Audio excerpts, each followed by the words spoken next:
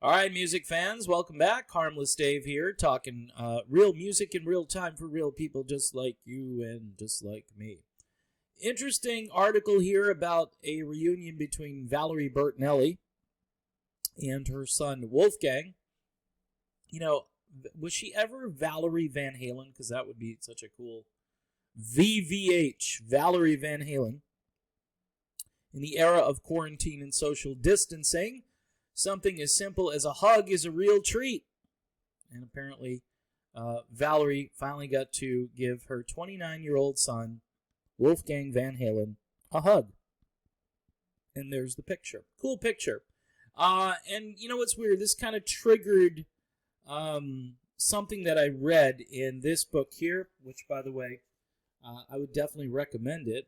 By the way, Ted, I've been trying to sell books for you. Not on purpose, but, you know.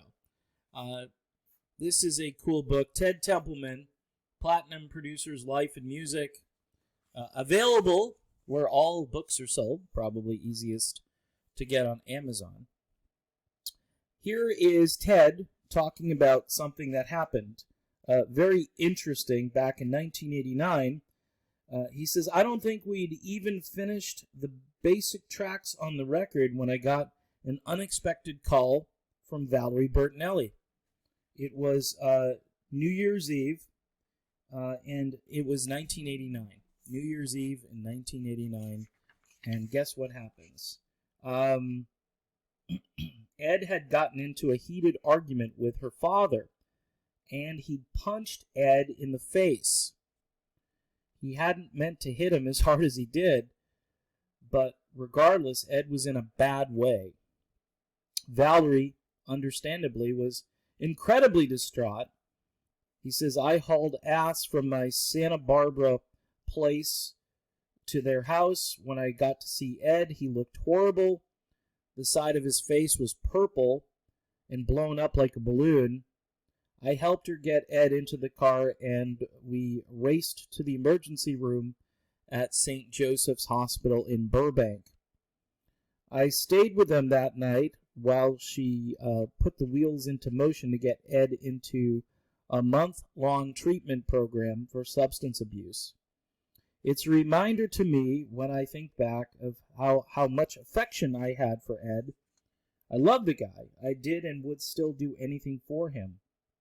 I hated to see him like that, but I was proud that he was willing to stare down his demons. So, again, interesting account that you probably wouldn't read anywhere else. That's why I say this book is pretty interesting if you are kind of living the Van Halen life to some degree. I'm sure all those folks over at Van Halen News Desk are probably have combed through this, but there's a ton of information about Van Halen and Ted's dealings with both Dave and Sammy and other stuff, obviously, in this book that, Doobie Brothers, a lot of stuff on those guys and their reunions and even Ted hanging out with those guys on stage, which I think is really cool. But Ted, pretty good musician in his own right and a fine producer. A lot of demons when it comes to the Van Halens, and it just doesn't seem to go away. It's good, though, that it seems Wolfie isn't falling into that trap. So I guess his mom should be proud of him in that regard, that he doesn't appear to be taking after his father, but let's hope his father got cleaned up and, is healthy and so forth. I would like these guys just to come out and tell the story.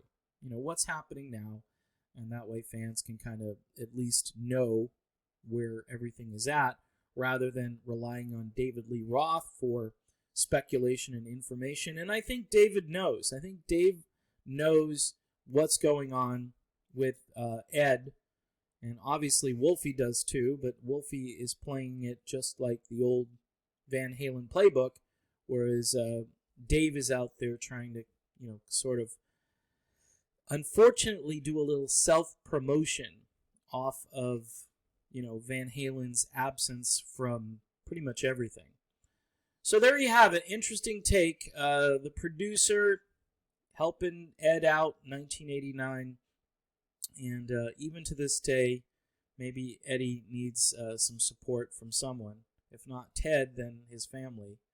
But that's the video. Thanks for watching. Don't forget to subscribe, and I'll be back soon. See you then.